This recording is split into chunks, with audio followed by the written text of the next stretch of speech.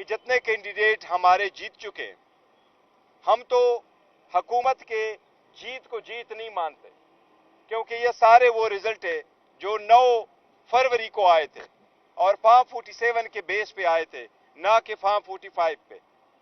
لیکن اس کے باوجود ایک سازش شروع ہو چکی ہے جس کے بیس پہ پاکستان تحریک انصاف کے بیٹ کینڈیڈیٹ جو جیت چکے ہیں، جو آ چکے ہیں، جن کے نوٹیفیکیشن پہلے سے ہو چکی ہے، ان کینڈیڈیٹ کو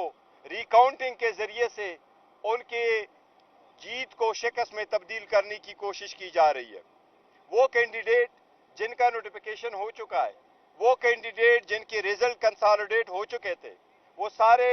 پولنگ ایجنٹوں کے سامنے کنسالیڈیٹ ہو چکے تھے، جن کے پوسٹل بیلٹس کاؤنٹ ہوئے تھے، جن کا الیکشن کمیشن نے نتیجہ نکال کے ان کا نوٹیفیکیشن ایشو کر دیا تھا. قانون کے مطابق کنسالیڈیشن کے بعد ری کاؤنٹنگ نہیں ہو سکتی.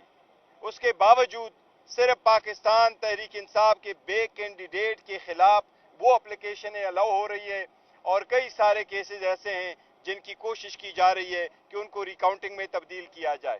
جس کی ہم شدید مذمت کرتے ہیں. اور ہم مطالبہ کرتے ہیں اعلیٰ عدلیہ سے اور الیکشن کمیشن سے کہ اس پروسیس کو روکا جائے، اور اس کی طرف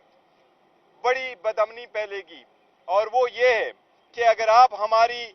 جیت کو شکست میں تبدیل کریں گے، جیت کو آپ شکست میں تبدیل کریں گے، تو یہ غیر آئینی، غیر قانونی ایک نیا فعل آپ شروع کر رہے ہیں. ہماری ان سب سے درخواست ہے کہ جو نتیجے اخذ ہو چکے ہیں اس نتیجوں کو ایز اٹ از رہنے دے. جو اس سے ایگریوڈ ہے وہ اپنے متعلقہ فورم جائے گا. ساتھ ہی ساتھ آج جو ریزرو سیٹ ریلیٹڈ